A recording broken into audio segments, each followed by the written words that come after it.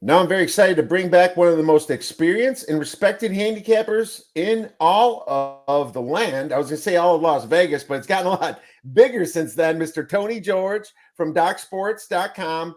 You can follow Tony at TGeorgeSports on X. Tony, March, baby. We've been waiting for March. Here we are. Time flies. How the heck you doing this week? Well, man, after that introduction, it kind of reminds me of the story of the guy who read the epitaph on his tombstone and thought to himself, either I'm in the wrong hole or somebody's a really good liar. but I'll take it. It is March Madness, and it's madness, and it is upon us, and obviously dialed in. We'd had about a 2-week stretch there heading into this week that we did not do well. We were doing real well, or above water on a very tumultuous season, Kiev, and then we kind of hit the skids, and now this week we've turned it back on. I haven't lost a card since Sunday and got one of our biggest plays of the season today. But that's not the important news here on Thursday. The important news is your Wisconsin Badgers laying 10 tonight. How in the hell are you laying 10 points to Rutgers? I mean, I saw that line. I can't get. Hell, you almost damn near got to lay it just because it doesn't make any sense. I'm staying the shit away from this one. Rutgers, 43.9 effective field goal. Most of that crap's on the road. If you looked at their effective field goal on the road, it's probably worse. But you can't lay points with a Badger team right now. There's no way in hell I would do that. They're terrible right now. They're lost their confidence. It's a typical Greg Gard type stuff where they run the swing offense like Bo Ryan, but they don't do any defense. They don't know how to. They're constantly out of position when they play defense. There's no big man down there. And when you have a guy like Omayuri, I mean, he should just have a field day against Crowell. A field day against Winter. I don't see how he's not going to. I wish there's a prop bet out there. I bet he gets over 20 points. Which is, according to this line, almost half Rutgers points. So, man, something's wrong with this line. It's just a big bounce back spot. I think Wisconsin can secure themselves in the NCAA tournament by this win. If they lose this and then they're losing to Purdue in a few days on Sunday, let's just not even talk about anything else. They're losing to Purdue. They would probably fall back to the bubble. But no, they'll get this win, I think, and then would just be a total fade team to me in the NCAA tournament. I'm talking if they play someone like Indiana State or Drexel, if you want to look at Missouri Valley, which is actually playing right now. If they're going to play a Nevada, if they're going to play any of those small conference tournament winners, James Madison or an Appalachian State, I'll be betting them against Wisconsin. They have no confidence. They kind of were. They're that team that the reason they look so good in the beginning is because they were so experienced. They started out as good as they could be when everybody else was still young and figuring it out. And then they didn't improve, of course, because they started at their peak and everybody else improved. Right. Well, they're predictable now. They're doing the same thing they were when they were peaking. And everybody's kind of figured it out second go around. On top of that, they're not playing any defense whatsoever, which is just shocking for a Wisconsin team. So, just out of character for him. But I was just busting your balls a little bit. You've had plenty to brag about with your Badgers over my Huskers, and are the Huskers are in? They're in, right? I think they will be in. I think they should be. They've got some quad one wins that are pretty impressive. I mean, knocking off Purdue, beating Michigan State, going on the road, beating K-State. Just really doing. Really getting there. If Nebraska didn't have to go on the road, they'd be the number one team in the country. But the problem is they got to go on the road. Yeah, and the problem is that their Wisconsin win isn't looking as good anymore. The Purdue win should get them in, but in Michigan State, I guess. But their non-conference was just easy, except Creighton. But they almost lost by 40 to Creighton. Was it 29-39, something like that? Yeah. I think Nebraska should get in. I don't know where Lunardi has them. I was just pulling that up. I'm guessing that they're a 9 seed. Yeah, 9 seed against Yeah, Texas Tech is where he has them right now. Yeah, I yeah, think they're in. But the crazy thing is, I don't see any ACC teams that should be in besides Duke and North Carolina and Clemson. right. That's it. And then and Lenardi has a couple of those in. I think Seton Hall's a little fraudulent to go in. You got some of those home big wins against like a UConn when they were sleeping early in the season, but Yeah. Seton Hall shouldn't go in my opinion. New Mexico, who have they beaten? Why are they last four in?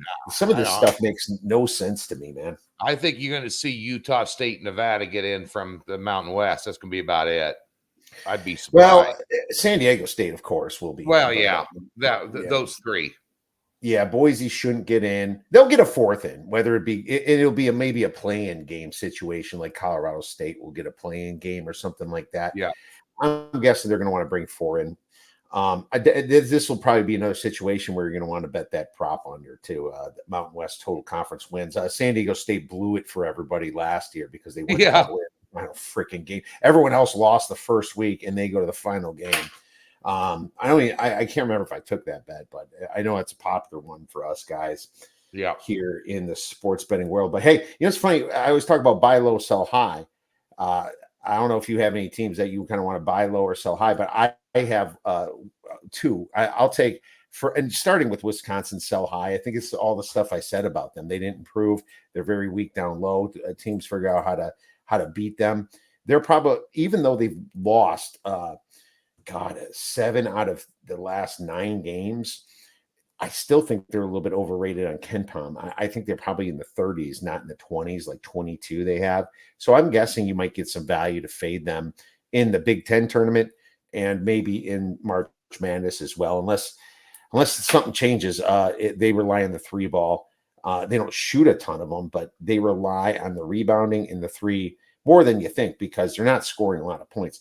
And I have a buy low team in USC, to be honest with you. So when Collier came back, it's a whole different team, and they've covered the last 5 in a row. And I've been on them I think 3 or 4 of those 5 games. Just they've been kind of my gold ticket, I'm not laying the 8.5 against Arizona State right now. I'm not doing that tonight. No, I mean, I look and the number should be 6. The number should be 6 or 7. It is yeah, not. I mean, hell, KenPom has it at 5. yeah, I'm not doing that. But when yeah, they play Arizona at home on Saturday, after Arizona takes care of UCLA tonight, yeah. that's probably when I'm going to go for that nice home dog situation here with USC. And I think USC could be a dangerous team in the Pac-12 tournament. So what about you? Oh, one team I think you want to keep a lookout for come tournament time is going to be Creighton Blue Jays. I think they're a really good basketball team. Pretty much who they had last year.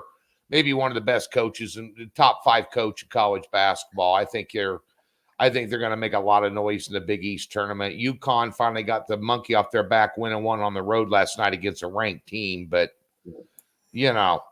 something they haven't. That's an amazing stat. They hadn't beat a ranked team on the road since 2014. They happened to be the last time they won the national title before last year. But I mean, I think Creighton is a team that's going to be in the Elite Eight.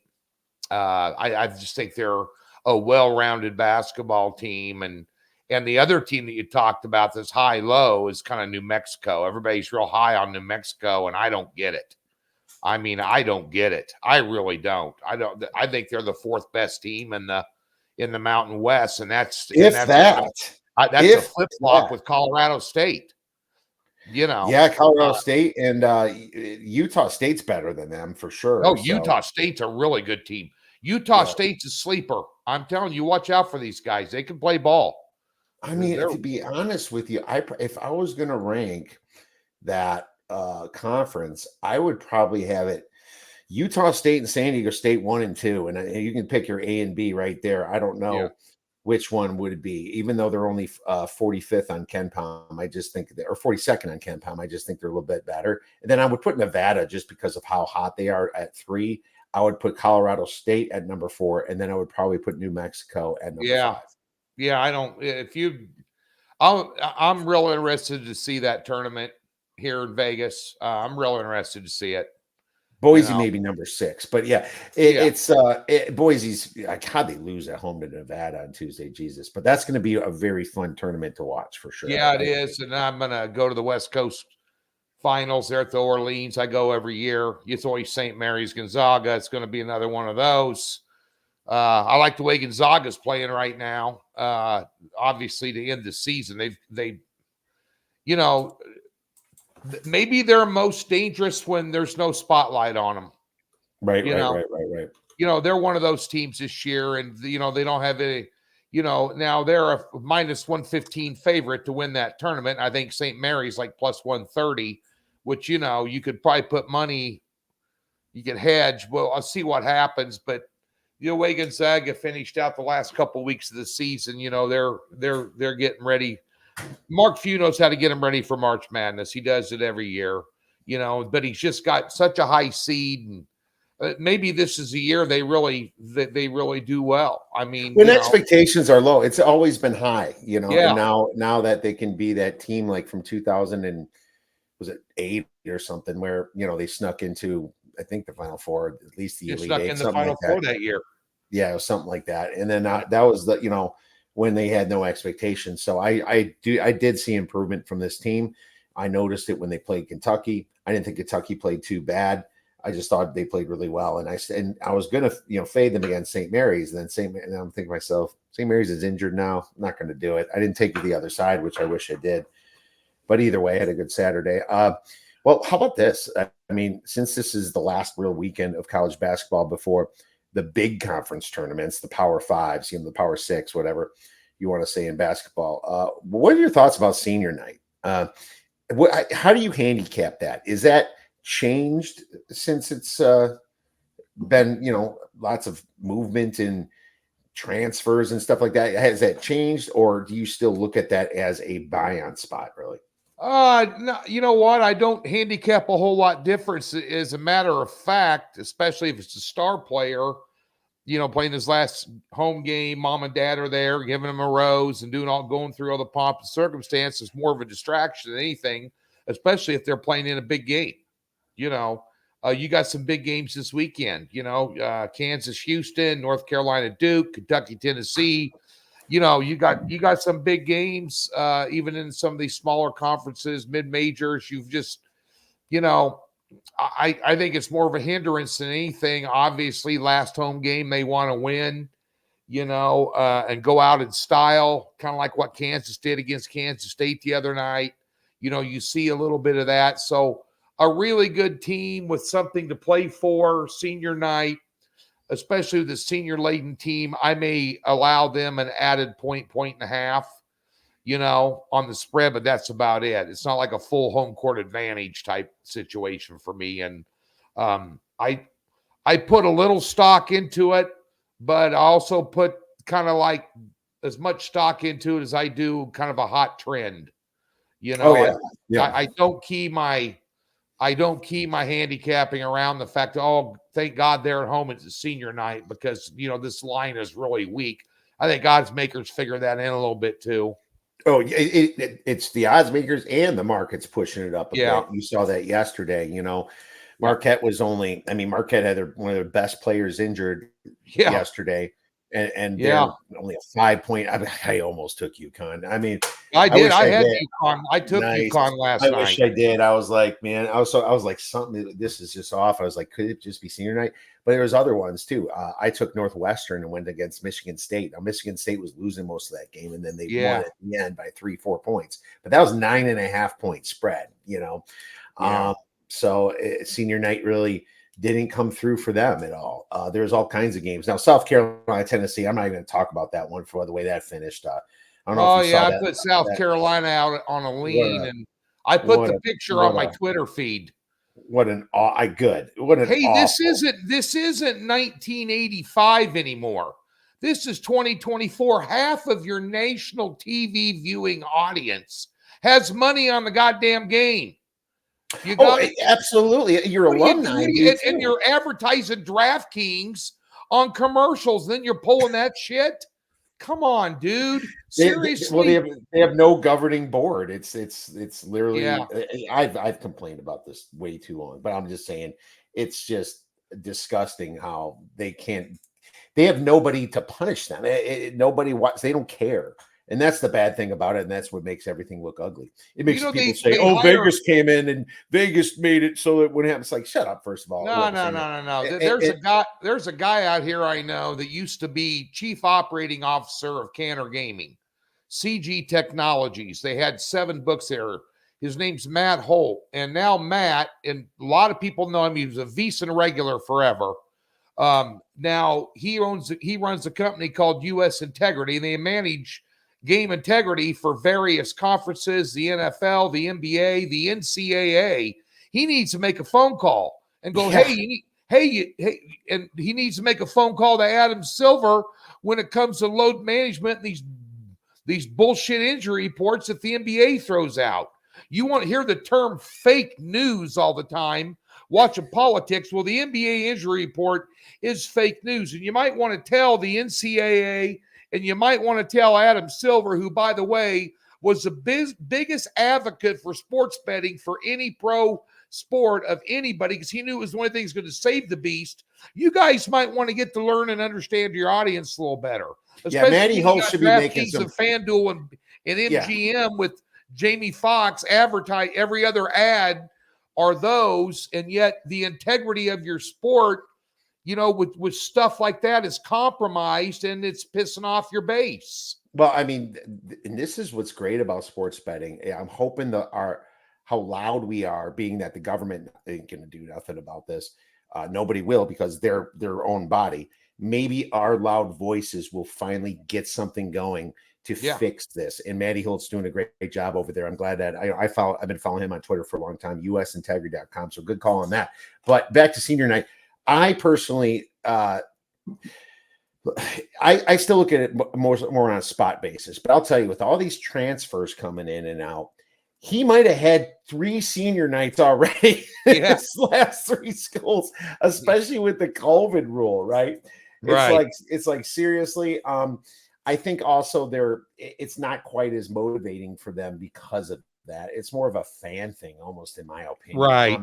Maybe they do something nice for the seniors, but it's nothing new. If they need to get beat, they need to get beat, and the truth is Minnesota didn't show up on senior night. They're the best covering team last night. They got smoked on senior night. UCF got smoked by Houston. Well, actually, I think they barely covered, but they still got beat.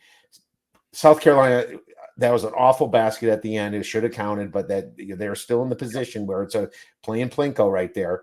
Arkansas did cover, but I already mentioned some of the big schools that didn't work. So I would say you look into it a little bit and see how bad this team needs it. Maybe senior night gives them a little bit extra, but it should just be a very small thing. Like if you're looking at a trend, just how many things can you line up in your favor here to make it a play? So I agree with you on that one. It's nothing you should do much differently. Matter of fact, I'd be more with the amount I move it. I'd be quicker to go on the other side, Tony. I mean, just what the market's doing. All right, well, let's get in some games then, man. Huge weekend ahead, and start with Friday. I know we usually don't pick too many games for Friday. I didn't, but I'm looking. San Diego State is going to be probably a 4 or 5 point favorite at home against Boise State. I know Ken Pom and all that says 3 or maybe a little bit more.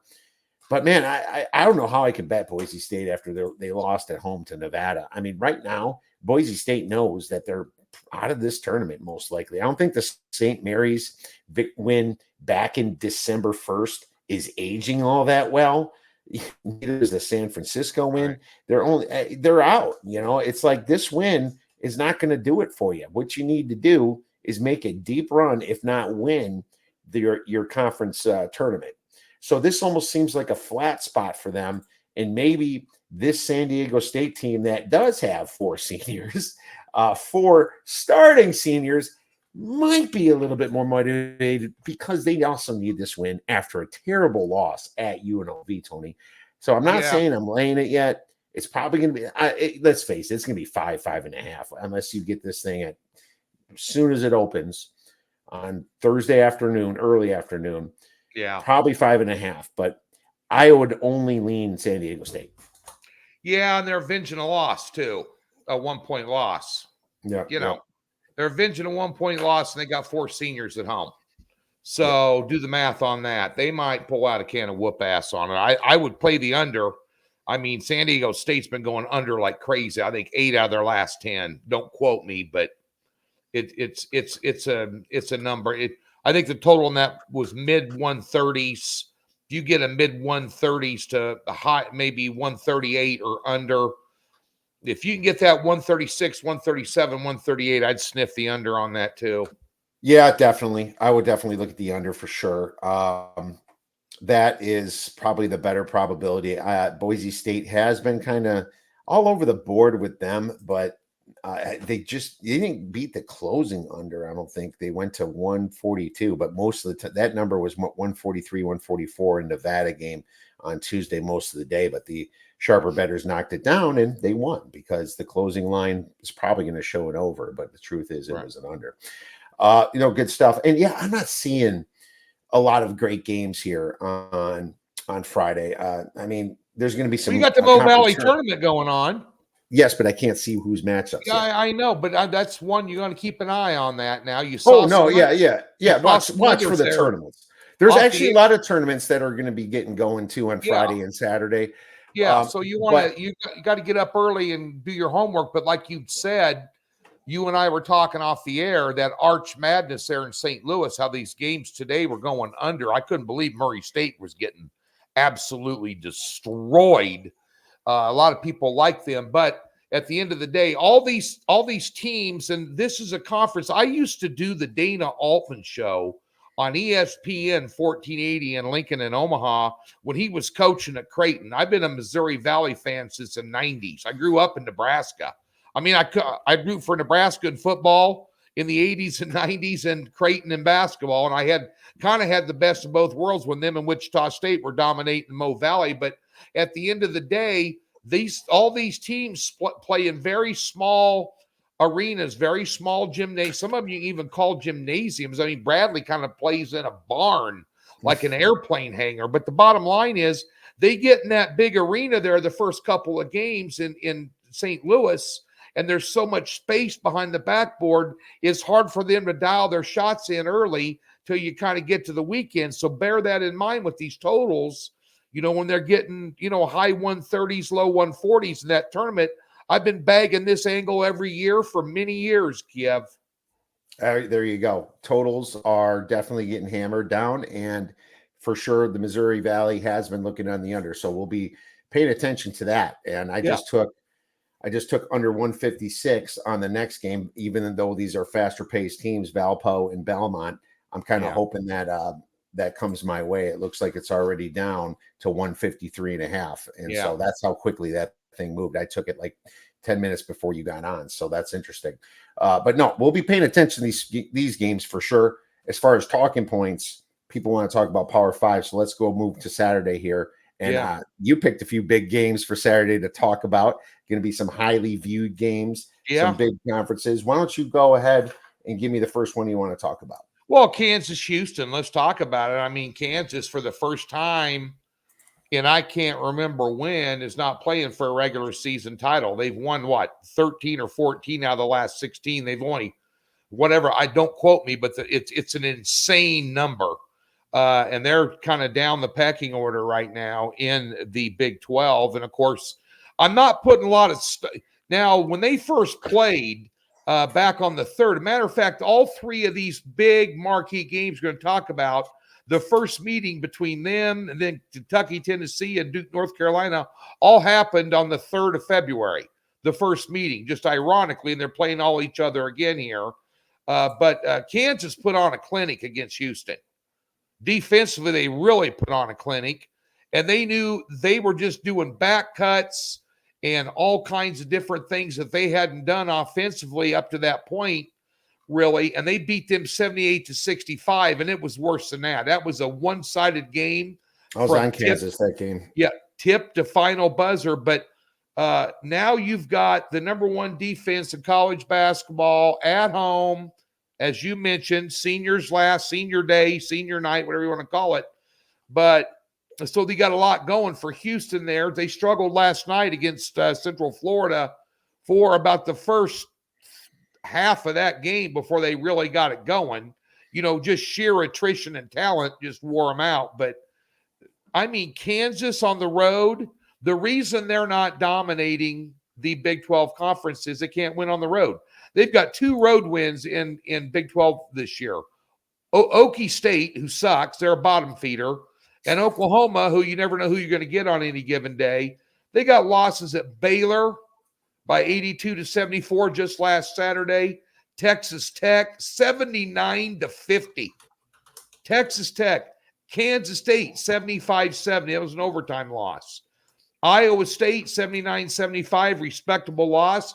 Hilton Coliseum for Iowa State may be one of the strongest home courts in the country, and I'm including Fog Allen, I'm including Cameron Indoor. Hilton Coliseum in Ames, Iowa is a snake pit, and they are almost unbeatable in there. Even when they're shitty, they're unbeatable in there, damn near it. Yeah, they should have lost yesterday to BYU, and they won by 5. They were down by 11.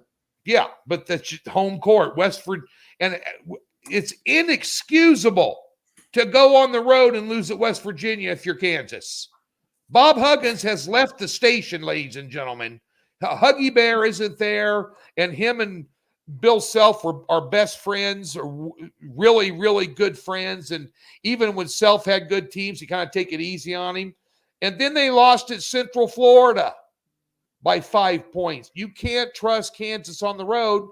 That's why they're not contending. And then you have to ask yourself another question.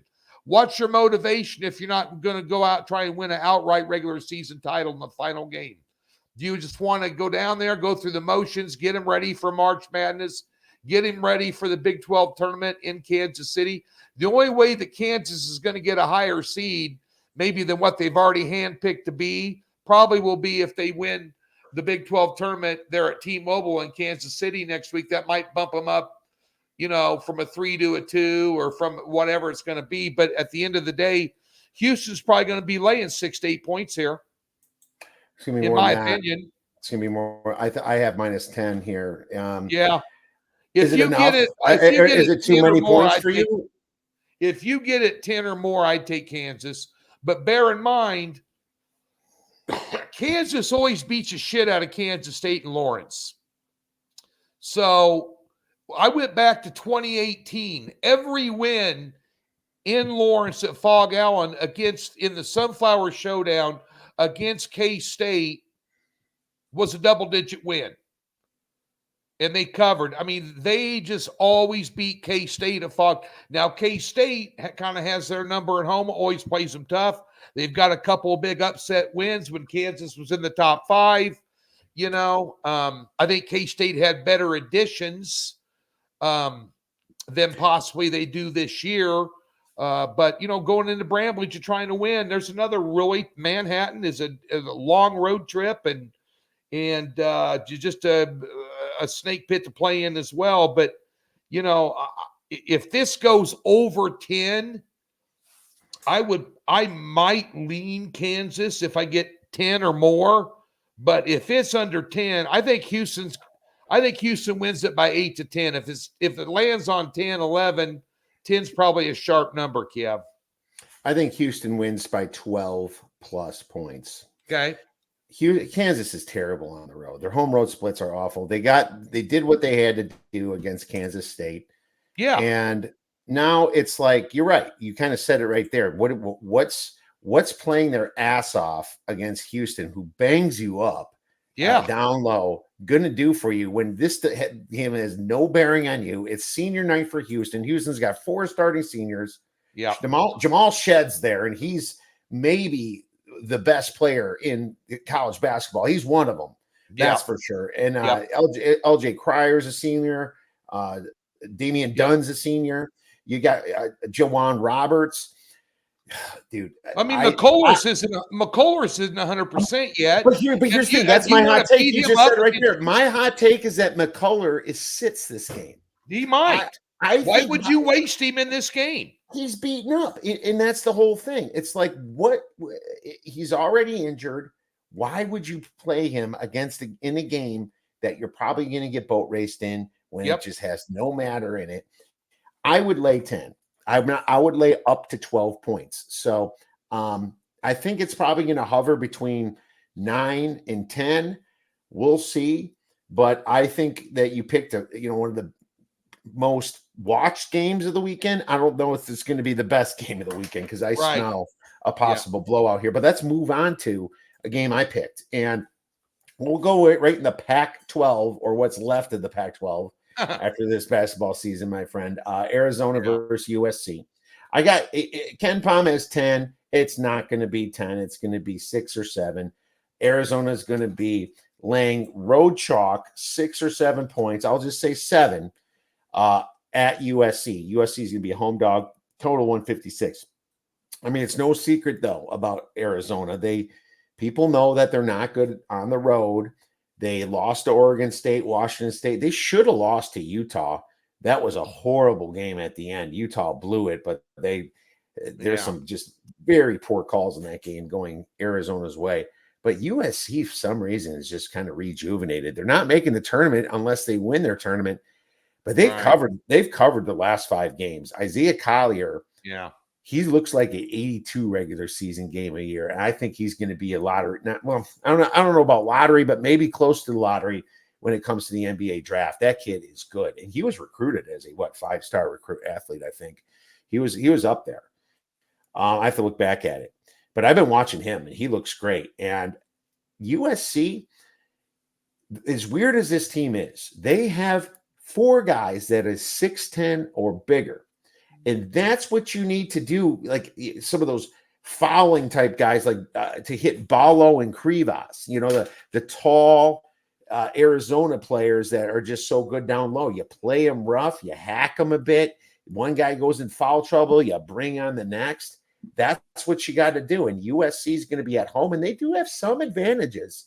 They shoot the ball ranking 67th and 3-point adjusted for strength of schedule, and that's counting games without Collier. And Arizona ranks 80th defending it. So Arizona's a little weak against the 3 on Haslametrics. I think this is one of those where USC kind of puts their foot down and wins a big one at home, or at least covers a big one at home. I'll take the 7 points. If anything more than that, I think is going to be a gift. Arizona bad on the road. I would also take the over 156. I think this could go way over. I like USC plus 7, couple stars in the over for maybe a star and a half at 156. I'm not as confident in USC as you are in this matchup. And I'll tell you what, Arizona is going to have a lot of motivation in that one if Washington State wins tonight, and they should. I think they might have a little bit of an issue covering 6.5 or 7 points in that Washington game tonight. First go around was an overtime game. Washington should have won it. It's an in-state rivalry. It's the last time they're playing as Pac-12 foes. So there's a lot of emotion and meaning in that game tonight for Washington State. But they're going to be up. They're kind of tied with them. So if Washington State wins tonight, they're going to be motivated to try and secure the regular season title, the last Pac-12 title there's ever going to be. So there's that factor. But one thing I do agree with you on, I like the over. I like the over in that game. I think USC could put up some points, and I know Arizona can. So I got some news for you. If that's 156, 155, something like that, I'm going to take the over. Well, I mean, I think Ken Palm has it a little bit lower than that. I think I added a point or two to this just because I know what the market's going to be looking over. Ken Palm has 150. Sorry, they have 159 in this game. I was looking for USC. I should have put 159. No, I'd still look over though. I would like it up to 160, 161. But I think it'll be a high scoring game. Yeah, so unfortunately, my apologies. I wrote down 156 instead. Should have wrote 159. Yeah, this is a high flying game, and there's actually going to be a couple of them coming on this weekend. But what you said about Washington State really intrigues me. You know why? Well, for one, this is their home senior night, of course, and we've talked enough about that. They've got a couple seniors there. But who made out better? Washington going to the Big Ten or Washington State left in the dust? I think probably Washington State left in the dust. They they could cherry pick their way into somewhere. No, they didn't. But they didn't make out better because now Washington's in the Big Ten. Washington State without a conference. These kids are going to play to show them that they're motivated. They're the ones that want to be in. They're the ones that are overlooked. And I kind of saw that a little bit with their football team, at least in the first 6 games of the season. Yeah. I get your angle. Yeah, I get your angle. Yeah, if you want to get into the psyche of it, and we're not always right about the psyche or motivation, but if I'm Washington State, I put one on Washington here. And they also went and took care of business at Washington earlier in the season. I mean, Severe Wheeler is the only guy I worry about there. They have some big injuries there. One of their centers has been out for a long time in Washington. So, yeah, they're just kind of thin. And Washington State should be able to take care of business. And I got to tell you that Miles Rice kid, freshman, he is amazing. He's really good. Yeah. Really good. I expect him to. I don't like it. And just the way I look at things, and that's why, you sell picks where you sell picks, and I sell picks where I sell picks, and we have more than one guy where both of us sell picks, because people enjoy listening to guys like you and me, and they either jive with our psyche or they don't jive with our psyche. So it's like Baskin Robbins. You don't like my flavor, there's another flavor you might like. But the one thing that worries me, especially at the end of the season, in the scenario that you predicted, all those are positives for Washington State, but let's talk about the negatives. They got a conference title on the line. It's senior night. All those other things that you mentioned, where Washington's got no onus on them to do anything here. They're just avenging an overtime loss at home in a game they should have won. There's no pressure on them. They're not going anywhere, so to speak, in terms of, a lot of people have them as a dark horse in the Pac-12 tournament. I don't, but I think they're a more than capable team. If you don't bring your A game, they'll give you a hell of a ball game. And so I think there's a lot of pressure on Washington State there. They're a game behind Arizona right now. And I assume Arizona's going to win tonight. If USC beat Arizona? Would it shock you if USC beat Arizona Saturday? No, that's why I bet that. That's why I bet it. I think that adds to it. It's like they have a chance to do something here. They're at least going to be, it looks like, a 2 seed in the tournament here. Colorado has 1, 2, 3, 4, 5, 6, 7 losses. So it kind of looks like, unless catastrophe happens, they're going to be okay there. This is a situation where everything's going for Washington State, in my opinion. So that's what I'm going to look. What game? You also have another big high-flying game that we need to talk about coming up in the SEC, my friend. Which one are you picking?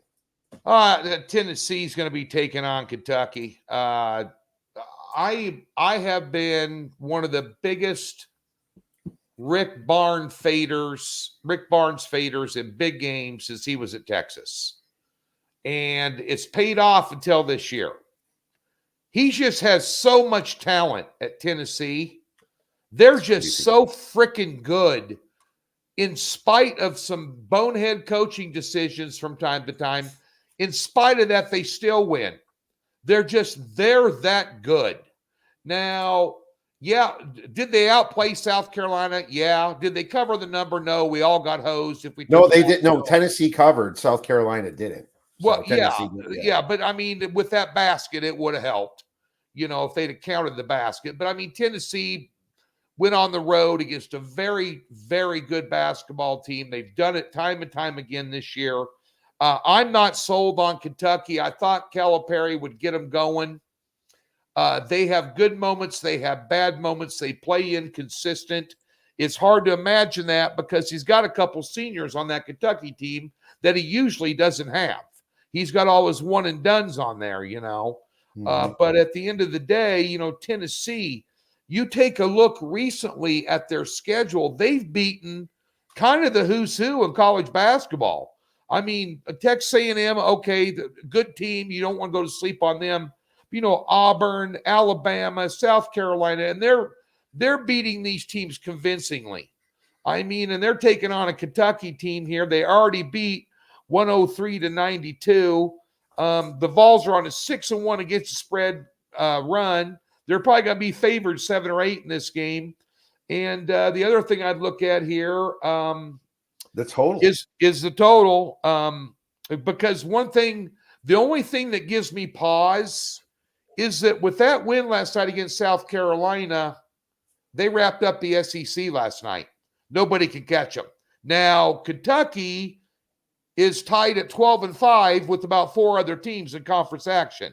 So they got a lot to play for. Tennessee really doesn't in terms of the motivation for the game. But I don't think Kentucky's got enough talent to beat them, especially on the road, in my opinion, Kev.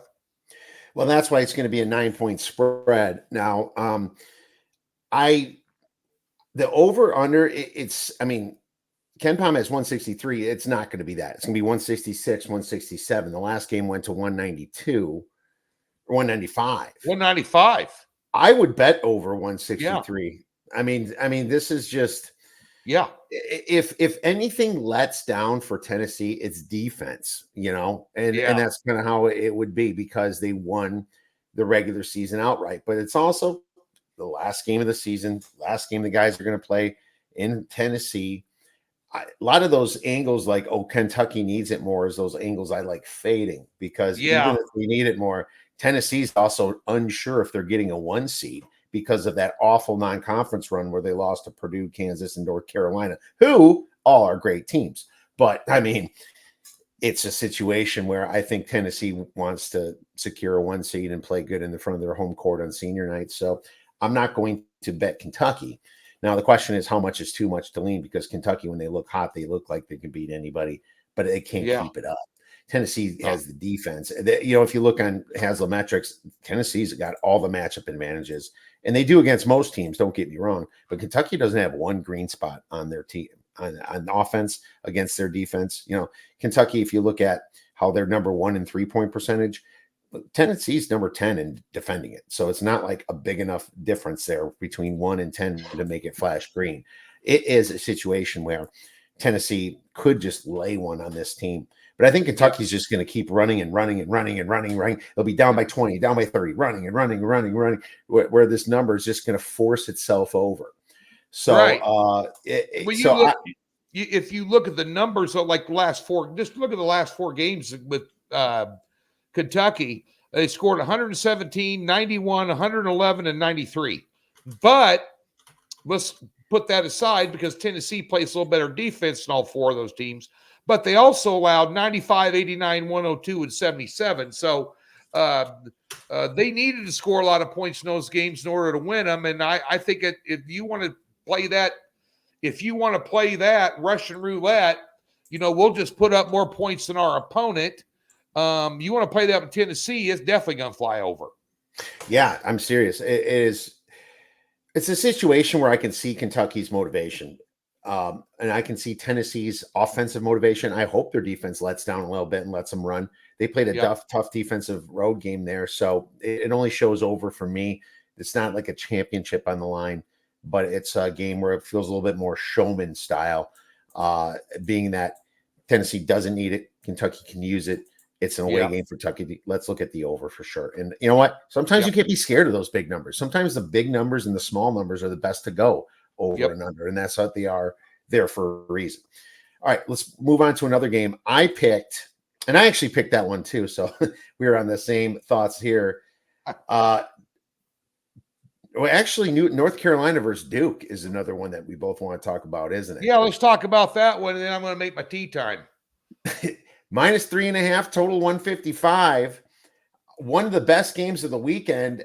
These are the only 2 teams from the ACC that I'm really giving credence to. Now, I know Clemson's going to get in, but I'm not. Yeah. I faded on them a little bit. I lost betting Duke that first game. It's just everything was going for UNC. Duke's improved some since that loss, all the way up to being ranked where UNC is. I don't know. I think minus 3.5. I would lean North Carolina at that line. I just think North Carolina has to try to prove that they're the better team, and maybe they'll lose by 1 or 2. If you like Duke, you might bet the money line in this one. But the thing about this money line, I would only bet the money line. If it's 3.5 or 4 points, I'm, plus in the first game, North Carolina was -5. And now you got a line flip of almost 8.5 points against two teams that are basically even. Now you got to look at that number. And the total in the first game was 152, and they scored 177. Well, that's what I'm looking at, Tony. Yeah, I mean, 155 ain't big enough. Yeah, I mean, this team, this always goes over. This final game with North Carolina and Duke, they always go over. And I think the ACC is just so bad on offense this year that it's shaving the fact that these teams actually play faster because they're running the clock out at the end to make it look like they play less possessions. But the truth is they play more possessions. And this should get into the 160s or higher than that. I like the over in this game more than anything, but you're right about only taking the money line. And what's up, Methologist? Yeah, saying hi to I thought that was bracketologist. I thought that was Lenardi a minute when I first saw it, but well, he's a methologist to the bracketologist, so we'll think of it. There like you that. go. Hey, buddy, thanks for tuning in. The one thing I thought that I'm gonna this opening number.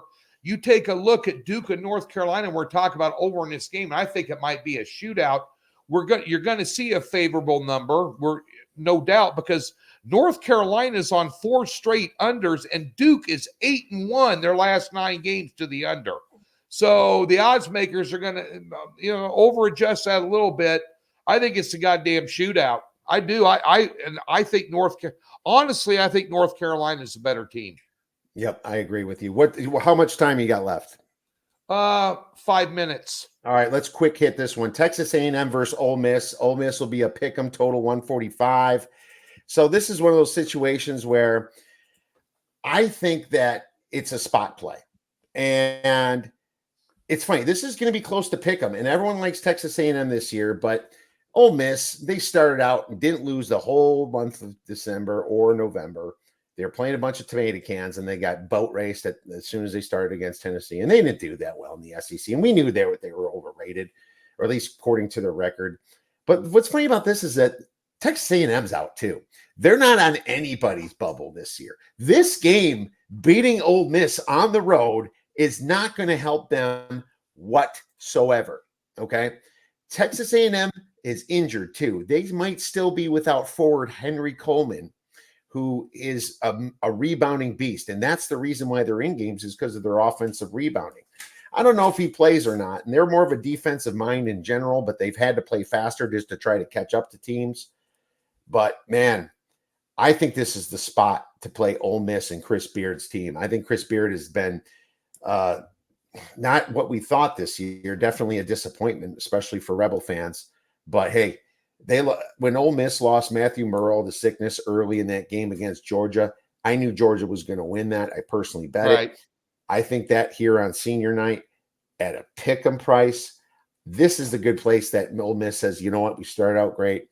Texas A&M is a very beatable team because Texas A&M can't shoot the ball. They're just another one of those teams that struggle shooting the ball.